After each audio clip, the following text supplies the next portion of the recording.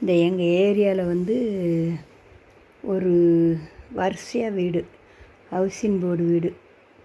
கேட்டுக்கோங்க, இந்த உண்மையை நல்லா கேட்டுக்கோங்க.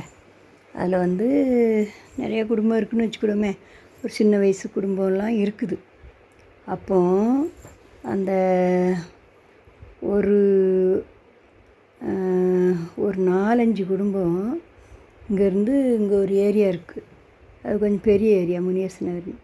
அப்போ அந்த ஏரியாவில் போய் நல்லா வீடு கட்டிக்கிட்டு நல்லா இருக்காவ. சொந்த வீடு தானே வச்சுக்கிடுமே. சொந்த வீடு கட்டிக்கிட்டு போயிருக்காவ இடம் வாங்கி.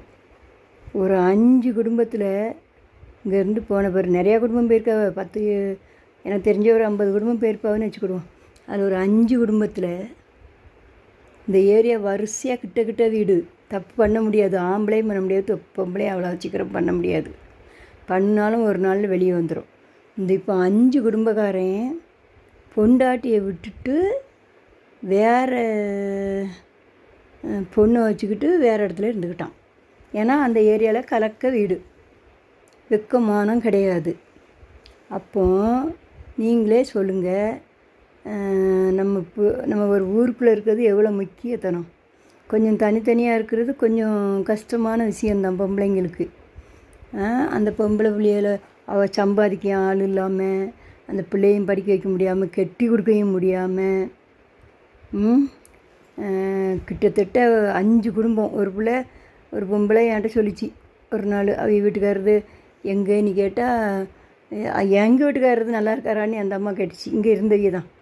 அப்போ நாங்கள் ஆமாம் நல்லா இருக்காவேன்னு சொல்லிவிட்டு, உங்கள் வீட்டுக்காரது நல்லா இருக்காவளான்னு கேட்டேன். அதுக்கு அந்த அம்மா சொல்லுது, இந்த என்னது இப்படி அவர் வேறு பொண்ணை கூட்டிகிட்டு போய் அங்கே இருந்துக்கிட்டாரு அப்படின்னு சொல்லிச்சு. முனியரசு நகரில் தான் இருக்காருன்னு. அப்படி கிட்டத்தட்ட மாறி ஒரு பொண்ணு எங்கள் வீட்டு முன்னாடியே இருந்தவ. அவள் புருஷனும் விட்டுட்டு போயிட்டாராம். மாதிரி பின்னாடி தான் ஒரு பிள்ளை பின்னாடி தெருவில் இருந்தாவோ எனக்கு தெரியும். அந்த பிள்ளை புருஷனும் விட்டுட்டு போயிட்டார். இன்னொரு ஆள் எனக்கு தெரிஞ்ச ஆள் தான். அவர் வியாபாரம் பண்ணிக்கிட்டு இருந்தார். அவர் கம்பெனிக்கும் போயிட்டு அவர் எல்லாம் விட்டுட்டு வேறு பொண்ணு. நீங்கள் தயவு செஞ்சு ஒரு இடத்துல இருந்தீங்கன்னா தனியாக வீடு கட்டி போகிறது கொஞ்சம் யோசித்துக்கோங்க. எல்லோரும் புருஷனை நல்லா கைக்குள்ளே வச்சுக்கோங்க. ஏன்னா அந்த மாதிரிலாம் ஜனங்க வேறு யார்ட்டையும் பழக விடக்கூடாது. முதல்ல ஆம்பளை வேலையை செஞ்சோடனே வீட்டுக்கு வந்துட்டான்னா எந்த பிரச்சனையும் இல்லை. அங்கே 4 பேர்கிட்ட பேச நிற்க, அவன் பேச்சை கேட்க, அதுதான் குடும்பத்துக்கே கேடு. அதை நீங்கள் எல்லோரும் நல்லா மனசில் வச்சு நீங்கள் பார்க்குறவிய இதை கொஞ்சம் கவனமாக நடத்திக்கோங்க. எங்கேயாவது தனியாக போனால் கொஞ்சம் யோசித்து அதுக்குரிய ஆளை வீட்டில் வச்சு கரெக்ட் டைமில் வர சொல்லி அப்பா அம்மா, பையனோடைய அப்பா அம்மா யாரும் கூட இருந்தால் கூட பரவாயில்ல. அப்படி இருந்தும் ஒரு வீட்டில் போயிட்டாவ நான் பார்த்தேன். ரொம்ப தெரிஞ்ச பிள்ளை தான். அந்த மாதிரி வச்சு அதையும் அப்பா அம்மா யாரையும் கூட வச்சா தான், நீ ஆடா இவ்வளோ நேரம் என்ன செஞ்சா எங்கே போனான்னு கேட்டேன். 2வது இன்னும் ஒன்று சொல்லிடுறேன். இது உங்கள்கிட்ட சொல்ல ரொம்ப நாளாக நினச்சிட்டு இருந்தேன். 2வது பொண்டாட்டி வேலைக்கு போயிட்டான்னு வச்சுக்கோங்க, புருஷன் ரொம்ப குட்டிச்சவராகிருந்தான். வேலைக்கு போகாமல் வீட்டில் வந்தோடனே சோறு பங்க குழம்பு வைக்க கொடுக்க இருக்க பொண்டாட்டியை அப்படியே நல்லபடியாக தான் இருக்கவ. அந்த வேலைக்கு போகாமல் இருக்க வரைக்கும் திடீர்னு ஒரு பொண்டாட்டி வேலைக்கு போயிட்டான்னா அந்த ஆம்பளை அப்படியே டோட்டலாக மாறிடுதான். அவள் தான் வேலைக்கு போயிட்டாள். நீ சோற பங்கி போட்டுக்கின்னுட்டு படுக்கிறது இல்லை. உடனே அடுத்தவன் ஃபோன் பண்ண உடனே போய் குடிக்கிறது.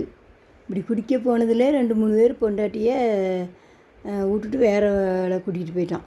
அதனால் நீங்கள் எப்போவுமே ரொம்ப கவனமாக இருக்கணும். இந்த இப்போ இருக்க பொம்பளைங்களுமே தான் புருஷனை டைவர்ஸ் பண்ணிவிட்டு அடுத்தவங்க கூட போகிற அப்படி இருக்குது. ஆம்பளைங்களும் அதுக்கு ஒத்து தான் இருக்கான். அதனால் நீங்கள் எல்லாம் ரொம்ப கவனமாக இருக்கணும். தனியாக போனீங்கன்னா இது எல்லாம் உண்மை. நான் சொல்கிறது பொய்யெல்லாம் நான் ஒரு நாளும் உங்களுக்கு ஒன்றுலேயும் பேசலை. நீங்கள் எங்கே போனாலும் ஒரு கவனத்தை செலுத்தி நல்லபடியாக உங்கள் புருஷனை உங்கள் கைக்குள்ளே வச்சுக்கோங்க. 2வது தனியாக இத்தனை மணிக்கு வேலை முடிஞ்சால் இத்தனை மணிக்கு வீட்டுக்கு வரணும். அதை ரொம்ப கவனம்.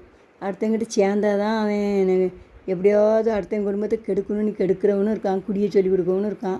பொம்பளைங்க இப்படி கெடுக்கிறா. அதனால் நீங்கள் எல்லோரும் ஒரு சர்ச்சி புரையே பண்ணுங்கம்மா.